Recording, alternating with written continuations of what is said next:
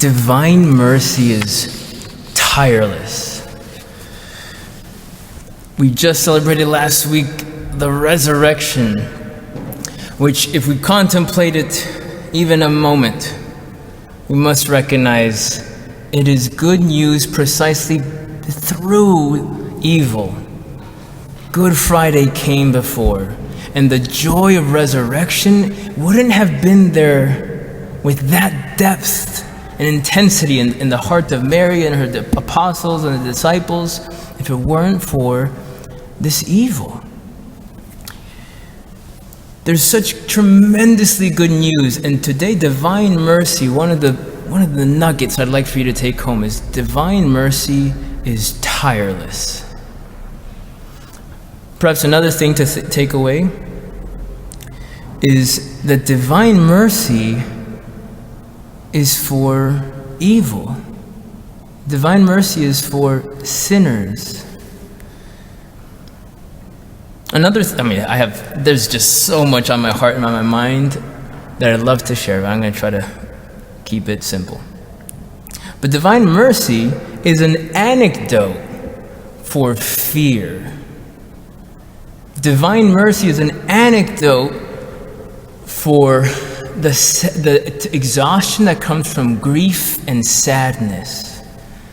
Divine mercy is an antidote for anger and resentment. Divine mercy is powerful.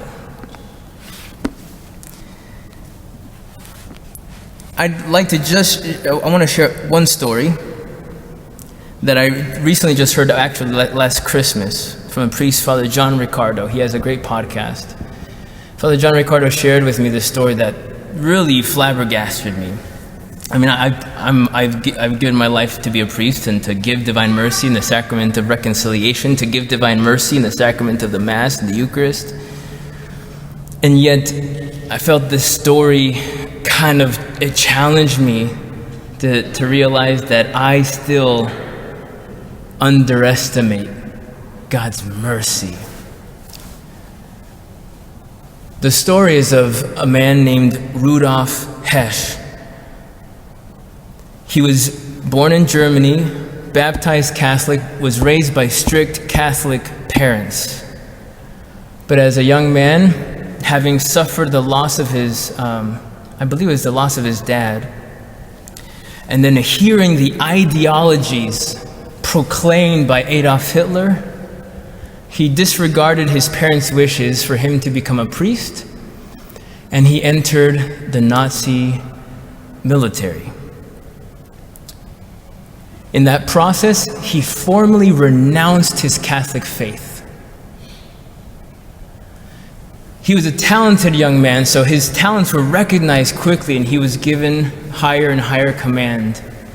Finally, Rudolf Hesch was put in charge of the concentration camp in Dachau, and then eventually in the famous camp of Auschwitz in Poland. He was the commandant of Auschwitz from 1940 till 1943. He personally authorized and oversaw the extermination of 2.5 million persons, and maybe another 500,000 who died because of disease and starvation. This man was a cold-hearted, ruthless man. He had given his entire life for the beliefs of Adolf Hitler. He oversaw, including the deaths of St. Maximilian Kolbe and St. Edith Stein, or Teresa Benedicta of the Cross, who probably are merciful saints who prayed for him while they were in the camp. While Rudolf was head of the camp, he arrested a number of Jesuit priests. They arrested a whole house of Jesuits in Poland and brought them to the concentration camp. The superior, however, wasn't present. And so the superior's name was Father Vladislav Lone, and he snuck into Auschwitz because he didn't want his brothers to die alone. Now, Father Vladislav was caught and taken to the commandant, Rudolf Hesch, who was so impressed by this priest's courage, he let him go free. Didn't kill him, didn't keep him in the camp, he let him go free. Why? Who knows? When Auschwitz was taken, the war was ended. Rudolf Hesch was eventually found and arrested, taken to Nuremberg for trial, and found guilty of crimes against humanity, and was then sent to Poland to be imprisoned by the Polish peoples and then sentenced by the people he killed by the millions. Rudolf, on his way to prison in Poland, was not scared of dying. He was terrified of the torture that those prisoners, those poor Polish men, would put him through. And he wrote this. Rudolf Hesch wrote, "In the Polish prisons, I experienced for the first time what human kindness is. Despite all that had happened," he writes, "I have experienced humane treatment which I could never have expected, and which has deeply shamed me."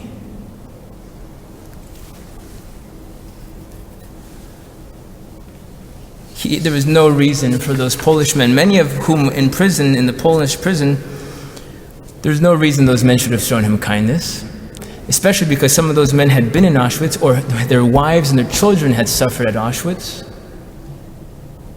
And the kindness, the mercy that they showed him to this apathetic man pierced him and made him feel something he had never felt before: shame. He then writes later, as the trial has ended, and he wrote, "May the facts which are coming out about the horrible crimes against humanity make the repetition of such cruel acts impossible for all time." Folks, this guy was the epitome of evil, ruthlessness, shamelessness. And mercy changed him. Those agents of kindness, those agents of mercy in prison, they did small acts, nothing crazy. They were prisoners too. But they started that drip of water on that hard rock of his heart and changed him. You and I are called to be agents of mercy. We have to believe in this power. This power of mercy can free you and I if we believe in it, if we choose to live into mercy, although we know we're going to be imperfect. It can begin to free us from the oppressive weight of fear of my family and friends who have left the church, anxieties about the world and the evil within it. It can flip all that into confidence that God's up to something. Just like God knew what he was doing on Good Friday, you and I can take confidence that God knows what he's doing today. The prison in Poland happened to be in Wadowice, which is where John Paul II was born and was baptized. Does that sound like a story that was prepared or what? But if that's not enough, as he's about 10 days away from being executed, Rudolf Hesch, finally aware and repentant, desiring to be reconciled with God and the church, calls for a priest. They can't find a German-speaking priest. I mean, remember, this is 1946. The crimes and the evil is fresh. So they probably weren't trying too hard either. But he remembered the name of the Jesuit priest he had freed from Auschwitz.